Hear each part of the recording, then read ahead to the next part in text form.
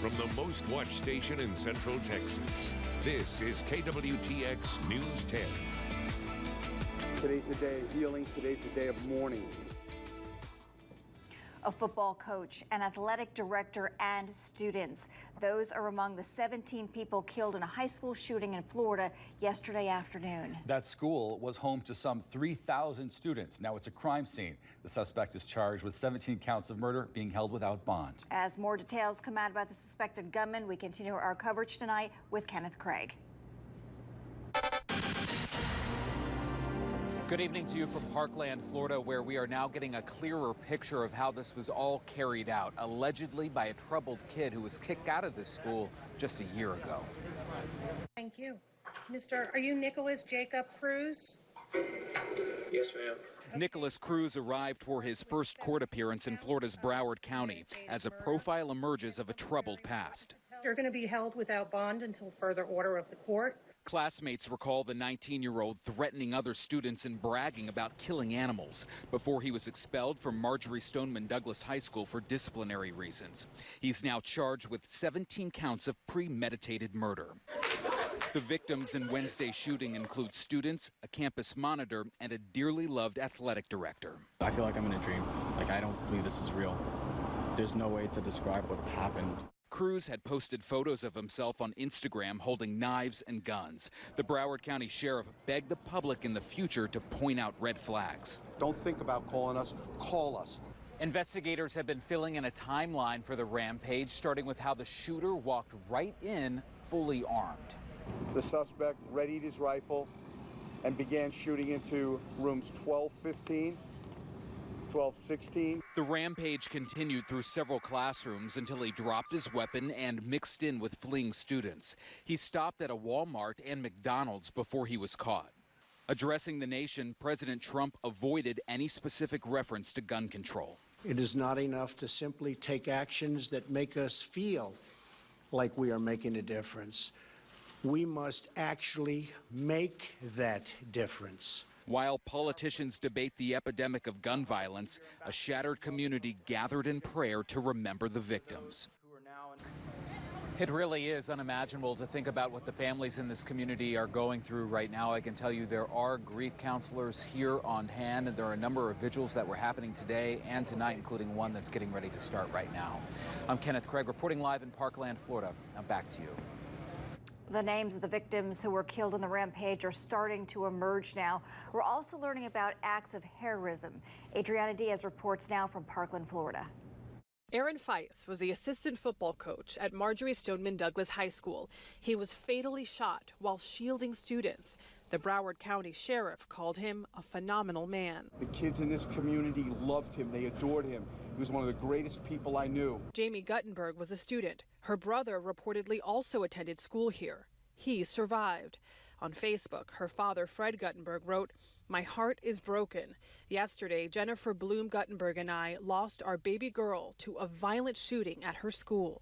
We're praying for these families. We will continue to pray for these families and that justice is done for the one that brutally murdered all of these students. As I start walking down the hallway, I hear pa, pa, pa.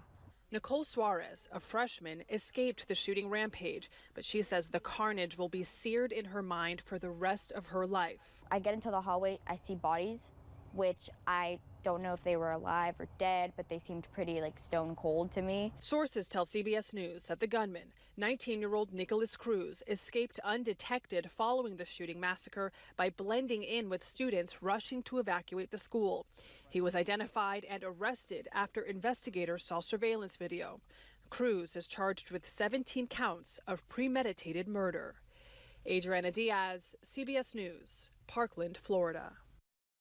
The U.S. flag is at half-staff right now at the White House in memory of the 17 shooting victims. President Trump addressed the nation this morning, urging children who feel isolated or alone to reach out to someone, and he vowed to take action to make schools safer. If you need help, turn to a teacher, a family member, a local police officer, or a faith leader. Answer hate with love, answer cruelty with kindness. We are committed to working with state and local leaders to help secure our schools and tackle the difficult issue of mental health. Again, the president did not talk about gun control. Some Republican lawmakers say it's not the time to talk about it and to wait for all of the details in this shooting. Congress did observe a moment of silence, though, out of respect for those killed. President Trump is planning a trip to Parkland to meet with families of the victims. We have lots of ways for you to keep up with the latest developments on this story. You can go to kwtx.com, download our free app at your app store. You can also visit our Twitter and Facebook pages. 2 Texas students are in custody tonight, accused of bringing guns to school today. One incident was in Houston, the other in Flower Mound, that is near Dallas-Fort Worth. In Houston, a charter school there is briefly locked down after security officers find a gun in the hood of a 17-year-old student's jacket during a routine screening. The student took off, but police were able to catch up with him.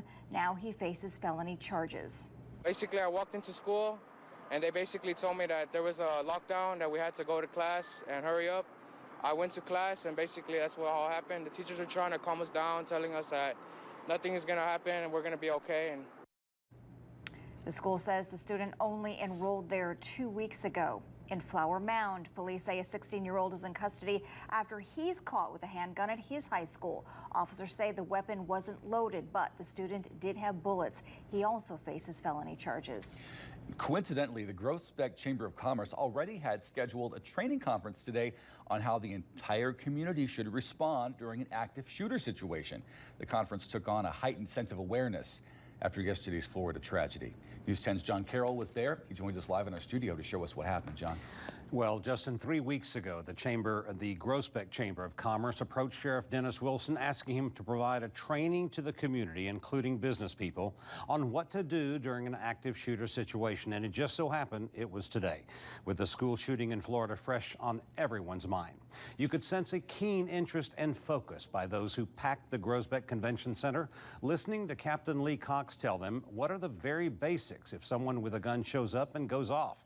Run, hide, or fight is what attendees were taught, but they also learned how to work together and try to keep law enforcement up to date when they hear of someone who's sending up red flags who could eventually turn into a mass shooter.